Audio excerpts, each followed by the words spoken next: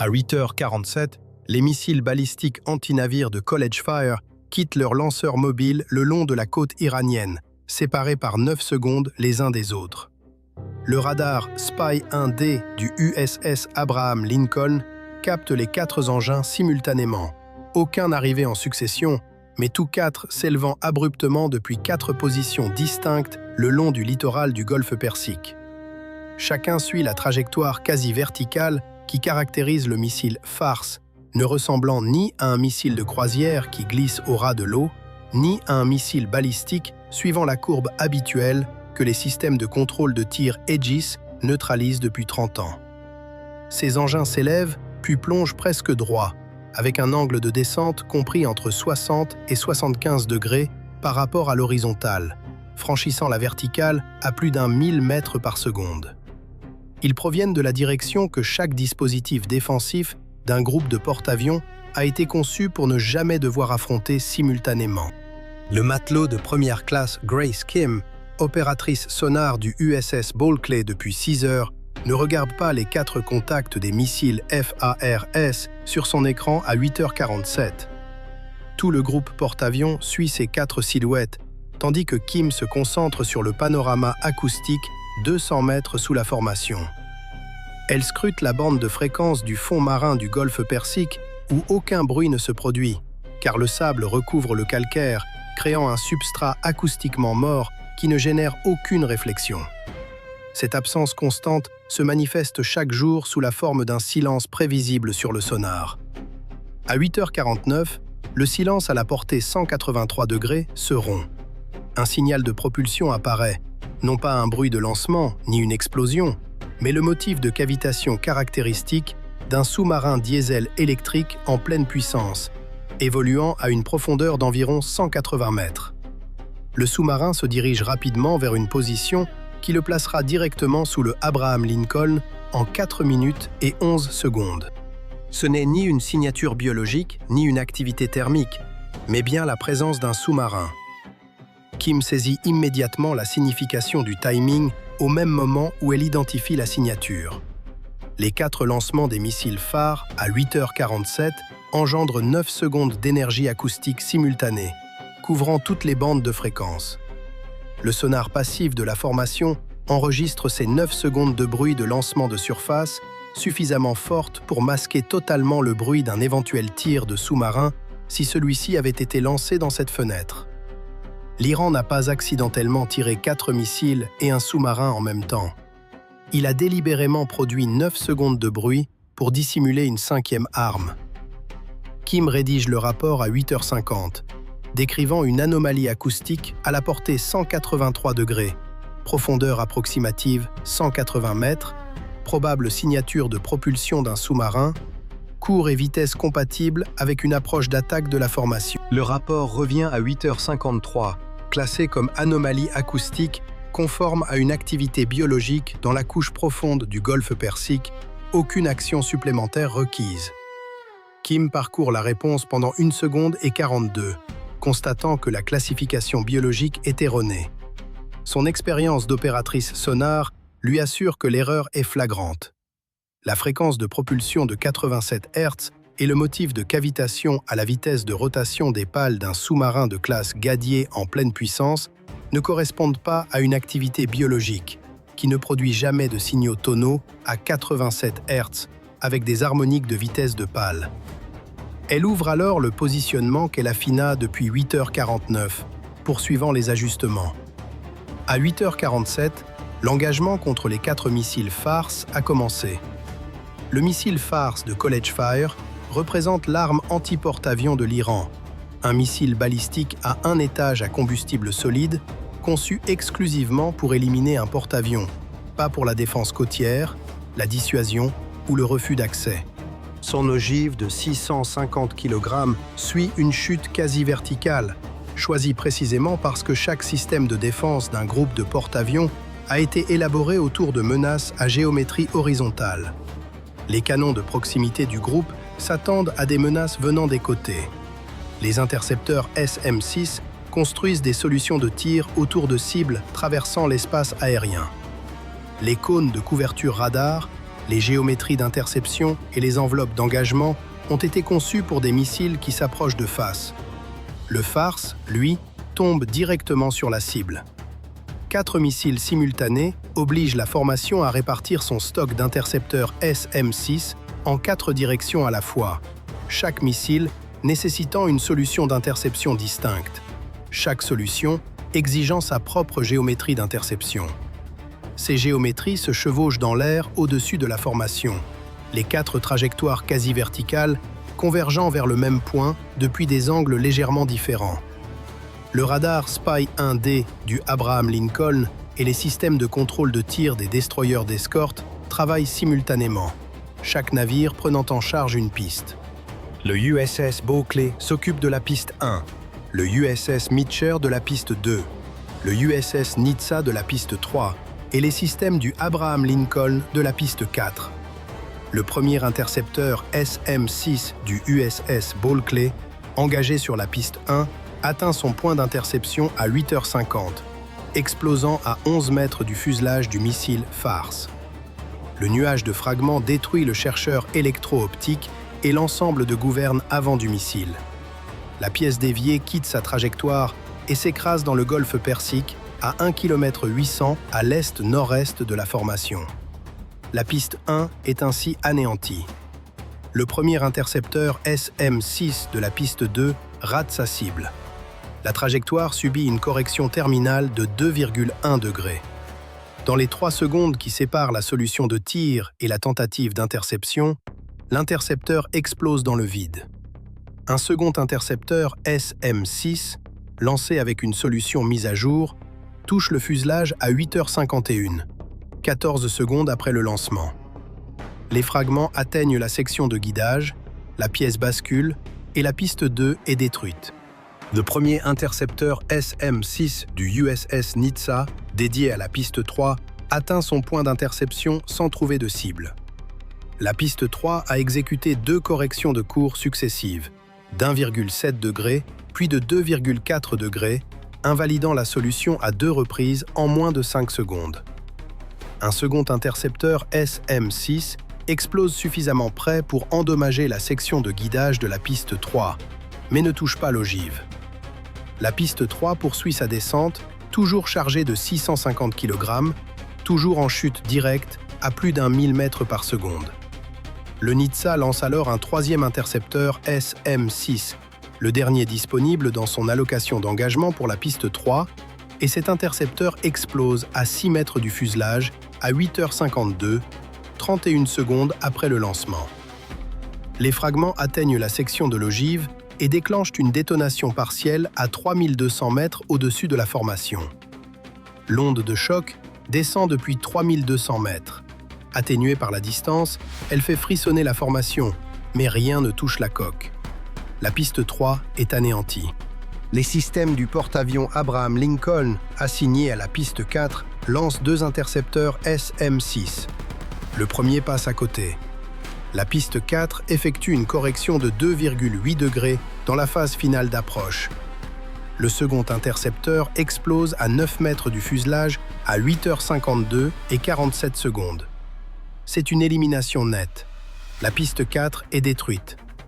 4 missiles de type College FARS, 4 trajectoires, 4 cibles anéanties.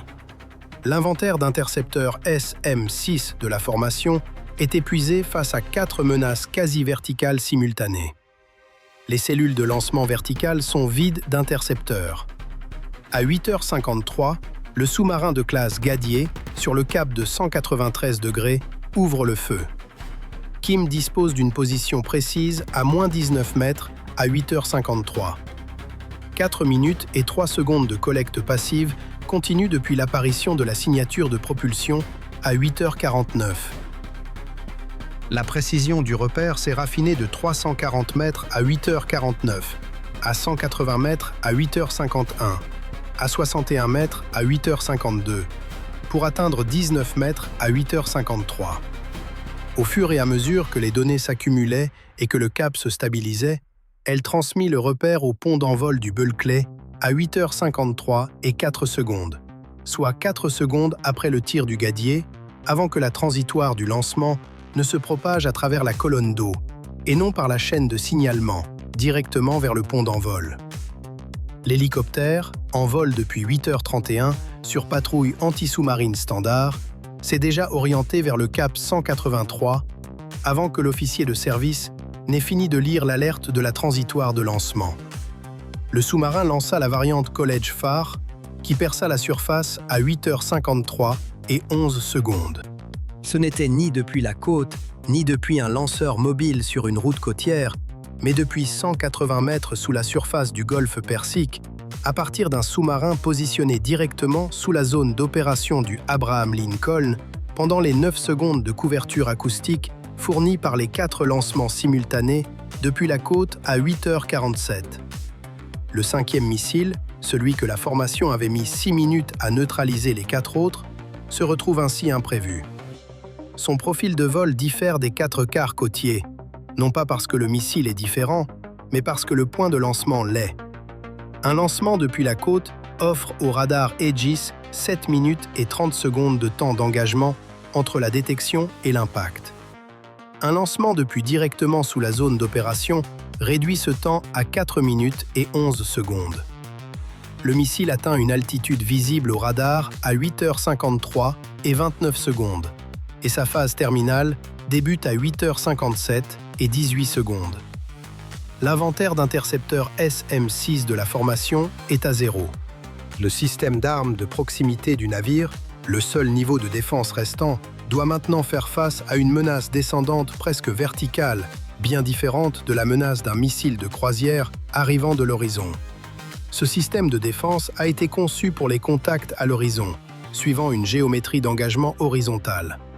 Son radar de contrôle de tir suit les contacts dans le plan horizontal avec une géométrie d'engagement spécifique. Faire pivoter le canon pour intercepter une cible qui traverse son champ de tir en chute libre implique une géométrie presque verticale. Le système peut le faire, mais les calculs de probabilité ne sont pas les mêmes. L'hélicoptère atteint la zone de largage à 8h54.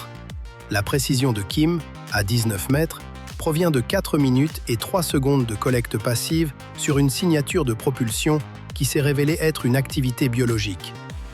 L'hélicoptère largue 2 torpilles légères Mark 54 sur le cap 183, à la profondeur où Kim avait placé le Gadier. La première torpille capte la signature acoustique du Gadier en 2,3 secondes. Le Gadier se trouve à 180 mètres de profondeur, la profondeur qu'il a maintenue tout au long de son approche de 4 minutes, la profondeur depuis laquelle il a lancé. Un sous-marin diesel électrique à 180 mètres, fonctionnant sur batterie épuisée, ne possède pas la puissance nécessaire pour changer rapidement de profondeur après une approche d'urgence à pleine puissance. La torpille atteint la coque du sous-marin en 11 secondes et explose à 8h54 et 17 secondes. L'explosion déchire le compartiment d'ingénierie arrière du Gadier, provoquant une inondation immédiate. Le sous-marin perd sa propulsion en 4 secondes, la propagation de l'inondation atteignant la salle des moteurs. Le Gadier perd sa propulsion à 8h54 et 21 secondes, ce qui coupe simultanément le lien de données de guidage qu'il entretenait avec le 5e missile. Le lien de données chiffré, qui alimentait le système de guidage du missile avec la position en temps réel du Abraham Lincoln tout au long de son vol, cesse de transmettre à 8h54 et 21 secondes. Le missile ne dispose plus que de la dernière mise à jour de position reçue, c'est-à-dire la position du porte-avions à ce moment-là. Le Abraham Lincoln effectue une manœuvre d'urgence depuis 8h47, poursuivant une rotation d'urgence pendant 7 minutes et 34 secondes à 28 nœuds. En 7 minutes et 34 secondes à cette vitesse, le porte-avions a déplacé sa coque d'1,40 km, soit 1040 mètres, par rapport à la position qu'il occupait lorsque le Gadier a d'abord acquis la cible et a commencé à transmettre les données de ciblage au 5e missile. 1040 mètres ne constitue pas un écart. Le missile porte un système de guidage électro-optique terminal, un chercheur qui s'active à 4000 mètres d'altitude et scrute la surface à la recherche du croisement radar et de la signature thermique d'un navire de la taille d'un porte-avions. Le porte-avions n'est pas à 1040 mètres du point de visée, à 4000 mètres d'altitude. À cette altitude, le cône de recherche du chercheur couvre une surface d'environ 2200 mètres de diamètre. Le Abraham Lincoln, 337 mètres de long, 100 000 tonnes, doté de 4 turbines à gaz, se trouve bien à l'intérieur de ce cône. Le chercheur acquiert le porte-avions à 8h56 et 44 à 4000 mètres d'altitude, puis commence à corriger sa trajectoire. La guidage terminale dispose d'une minute 34 secondes et de 4000 mètres de descente pour combler un déplacement latéral de 1040 mètres à une vitesse terminale de 3 fois la vitesse du son. Une correction de 1,8 degré permet de réduire ce décalage latéral de 1040 mètres sur 4000 mètres de descente. Le chercheur ordonne une correction de 1,8 degré. Le missile se bancarise dans son approche terminale. Le système de défense du navire acquiert le contact descendant à 8h57 et 1 seconde, alors qu'il entre dans l'enveloppe d'engagement du système d'armes de proximité. Le suivi de la géométrie presque verticale, le canon s'inclinant vers le haut plutôt qu'horizontalement, le radar de contrôle de tir élabore une solution pour un contact qui tombe presque droit à 3 fois la vitesse du son. La solution se concrétise et la rafale est tirée à 8h57 et 4 secondes. Les projectiles atteignent le missile College Farce à 8h57 et 6 secondes, à 1800 mètres au-dessus du pont de vol du Abraham Lincoln. La rafale frappe la section de guidage avant du missile ainsi que le boîtier du chercheur électro-optique. Le chercheur, anéanti par la fragmentation en 4 centièmes de seconde, laisse la rafale traverser la structure du missile. Le guidage terminal s'éteint à 1800 mètres. Le Khaled Farce chute désormais sans aucune guidance, privé du capteur qui corrigeait son approche, sans le lien de données qui lui fournissait des mises à jour de position, et sans aucun système capable de le placer où se trouvait le porte-avions au moment où le sous-marin Gadier a transmis pour la dernière fois ses coordonnées. La correction d'1,8 degré que le chercheur avait ordonnée avant d'être détruit n'était pas achevée. Elle s'était déroulée pendant 1 minute 34 secondes, sur une descente de 4000 mètres, avant que le capteur ne soit anéanti à 1800 mètres. À cette altitude, la correction partielle avait comblé environ 860 mètres du décalage latéral initial de 1040 mètres. Il restait 180 mètres d'erreur latérale lorsque le chercheur s'est éteint. Le missile College Farce s'est écrasé dans le golfe Persique 180 mètres à tribord du nez du porte-avions Abraham Lincoln à 8h57 et 19 secondes. Il ne frappe ni le pont de vol, ni la coque, mais l'eau, à 180 mètres du flanc tribord, avec une ogive de 650 kg voyageant à 3 fois la vitesse du son.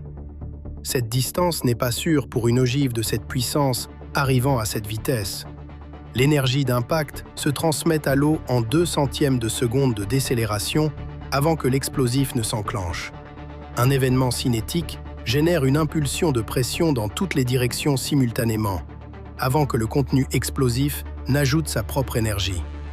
L'onde de pression combinée se propage à travers l'eau et atteint la coque du Abraham Lincoln du côté tribord en 1/10 de seconde. Cette pression latérale arrive plus vite que les éléments structuraux ne puissent se préparer et dure 4/10 de seconde avant que la rigidité de la coque ne l'absorbe.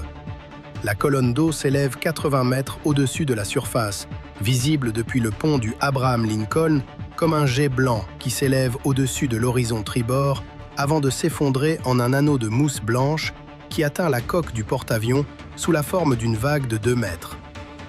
11 secondes après la détonation, l'onde de pression atteint la coque en 1/10 de seconde et se propage à travers elle.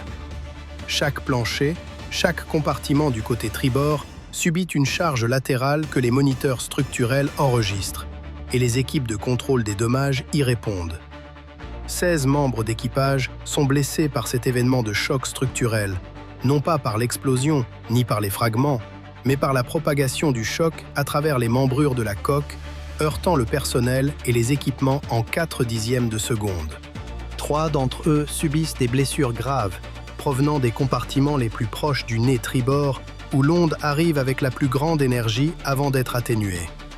13 autres sont légèrement blessés dans les compartiments plus éloignés, où l'onde a déjà perdu de son intensité, mais n'a pas disparu. Aucun percement de coque, aucune inondation, aucun incendie. Les moniteurs structurels du Abraham Lincoln confirment l'intégrité de la coque dans tous les compartiments à 8h58. Le navire s'incline de 0,3 degrés tribord à cause de la pression asymétrique de l'onde sur la coque tribord. Cette inclinaison est corrigée par le système de ballast en 4 minutes 11 secondes. 16 membres d'équipage sont en soins médicaux. Le Abraham Lincoln redevient pleinement opérationnel à 9h03. Dans la salle sonar du Bulkley, Kim consigne son journal d'engagement à 8h58. Une seule entrée. Anomalie acoustique portant 283 degrés, détectée à 8h49. Classée par l'officier de service comme activité biologique à 8h53. Fixation de position précise à 19 mètres, transmise au pont de vol à 8h53 et 4 secondes sans autorisation. Le sous-marin de classe Gadier est détruit à 8h54 et 17 secondes. Le 5e missile impacte le secteur tribord à 180 mètres à 8h57 et 19 secondes. Elle n'ajoute rien d'autre, elle n'en avait pas besoin. L'Iran a lancé 4 missiles College Fars contre le Abraham Lincoln et a exploité les 9 secondes d'énergie acoustique qu'ils ont générées pour dissimuler un sous-marin directement sous la formation. La formation a repoussé les 4 missiles aériens et a détecté le sous-marin 4 secondes après son lancement, grâce à un opérateur sonar qui a passé 4 minutes à établir une fixation de position sur une signature de propulsion que la chaîne de rapport avait qualifiée d'activité biologique et l'a transmise au pont de vol sans autorisation dès que le sous-marin a tiré. Le 5e missile a touché l'eau à 180 mètres de la coque au lieu du pont de vol parce que le Gadier s'est éteint à 8h54 et 21 secondes, avec un décalage de position de 1040 mètres que le guidage terminal du missile a corrigé à 180 mètres avant que le système de défense ne détruisait le chercheur à 1800 mètres, laissant les 180 mètres finaux non corrigés. L'Iran a ainsi frappé une 5e arme au sein du bruit des 4 précédentes. Grace Kim l'a entendu à 8h49 et la chaîne de rapport l'a qualifié d'activité biologique.